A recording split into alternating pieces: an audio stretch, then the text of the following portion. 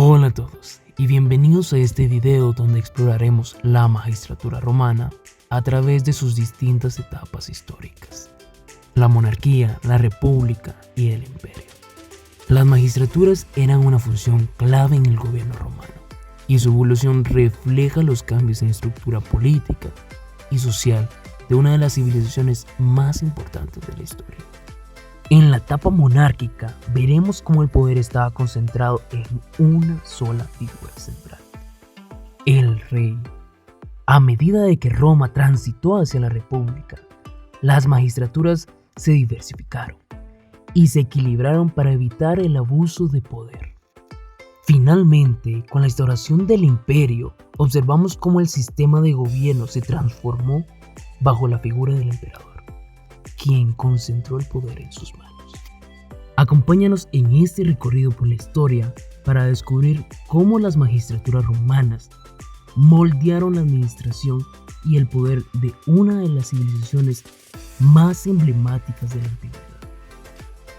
La monarquía, contexto histórico. Durante la monarquía, que abarca desde la fundación de Roma en el año 753 a.C. hasta el final del período monárquico en el año 509 a.C., Roma era gobernada por una serie de reyes. Esta forma de gobierno se caracterizaba por la concentración de poder en una sola figura, el rey.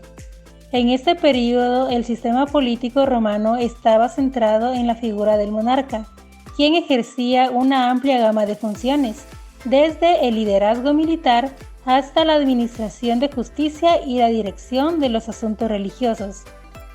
Las magistraturas clave, entre ellas la número 1 está la del rey, o rex. El rey era la máxima autoridad en Roma. Su poder era prácticamente absoluto y abarcaba funciones ejecutivas, legislativas y judiciales. El rey tenía una responsabilidad de liderar el ejército, administrar justicia y supervisar los asuntos religiosos. La autoridad del rey estaba también respaldada por su rol en la curia y en las asambleas populares, que le otorgaban la legitimidad. También, como punto número 2, están los senadores. Los senadores eran miembros de un consejo asesor que asistía al rey en la toma de decisiones.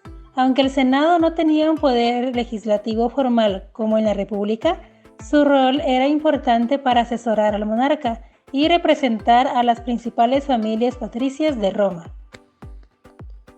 La Comita Curiata era una asamblea que otorgaba de poderes al rey y ratificaba las decisiones importantes.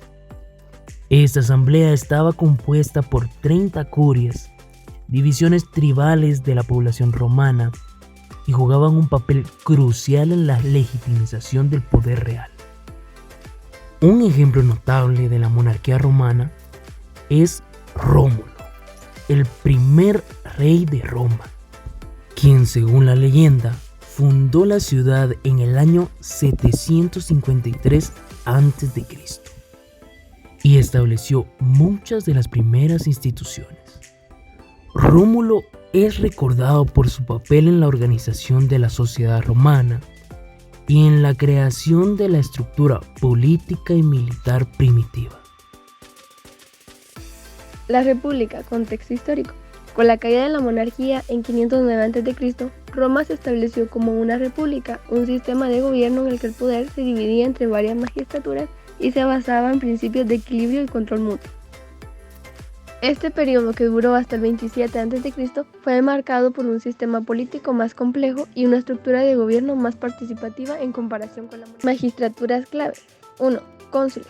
Los cónsules eran los principales magistrados de la república, con 2 ocupantes elegidos anualmente. Estos magistrados compartían el poder ejecutivo y cada uno tenía derecho a veto sobre las decisiones del otro. Los cónsules eran responsables de la administración del Estado, la conducción de campañas militares y la presidencia del Senado y las asambleas populares. 2. Pretor. El pretor se encargaba de la administración de la justicia. Existían varios pretores, cada uno con competencias específicas. El pretor urbano se encargaba de los casos legales dentro de Roma, mientras que el pretor peregrino se ocupaba de los litigios entre ciudadanos romanos y extranjeros. Los pretores tenían la autoridad para emitir edictos que aclaraban o expandían el derecho romano. Édiles. Los édiles eran responsables de la supervisión de los servicios públicos y el mantenimiento de las infraestructuras de la ciudad, como el suministro de agua y la supervisión de los mercados. También organizaban eventos públicos y festivales, desempeñando un papel crucial en la vida social y religiosa de Roma. Cuestor. Los cuestores se encargaban de las finanzas públicas, supervisando el tesoro y la administración del dinero estatal. Eran responsables de la recaudación de impuestos y la gestión de los fondos públicos, desempeñando un papel clave en la economía romana. Ejemplo histórico. Un ejemplo notable de la República es Julio César, quien ocupó el cargo de cónsul en el año 59 a.C. y más tarde se convirtió en una figura clave en la transición de la República al Imperio. Su papel en la expansión militar y sus reformas políticas marcaron un cambio significativo en la historia romana. Tribuno de la plebe. Los tribunos de la plebe eran representantes de los plebeyos, la clase baja de Roma. Su principal función era proteger los derechos e intereses de los plebeyos frente a las decisiones del Senado y los magistrados patricios. Tenían el poder de vetar decisiones y leyes que consideraran perjudiciales para su clase. El imperio, contexto histórico. En el año 27 a.C., Roma se transforma de una república en un imperio con la ascensión de Octavio, quien más tarde será conocido como Augusto. Este cambio marcó el fin del período republicano y el inicio de una nueva era donde el poder se concentró en la figura del emperador. Aunque muchas magistraturas republicanas continuaron existiendo, su rol y poder se modificaron bajo la nueva estructura imperial. Magistraturas clave. Emperador, princeps.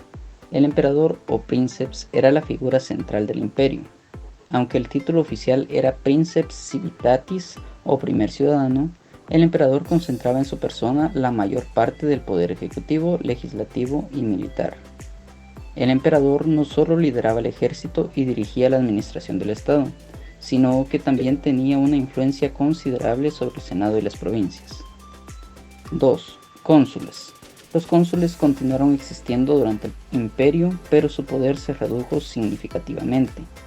Ahora eran principalmente dignatarios honorarios sin el mismo nivel de autoridad que durante la República.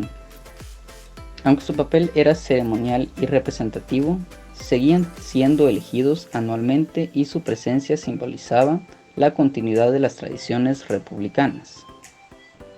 Prefecto del pretorio. El prefecto del pretorio era el comandante de la Guardia Imperial del emperador, una fuerza de élite encargada de proteger al emperador y mantener el orden en Roma. Esta figura adquirió una nueva importancia política, ya que el control de la Guardia pretoriana a menudo influía en la estabilidad del régimen imperial. Procónsules y legados. Durante el imperio, los procónsules y legados eran los gobernadores de las provincias. Los procónsules solían gobernar las provincias de mayor importancia, mientras que los legados, que eran nombrados directamente por el emperador, supervisaban provincias menos significativas. Ambos desempeñaban un papel crucial en la administración y la supervisión de las provincias romanas. Un ejemplo destacado del periodo imperial es el emperador Augusto, quien estableció las bases del principado y transformó la estructura política de Roma.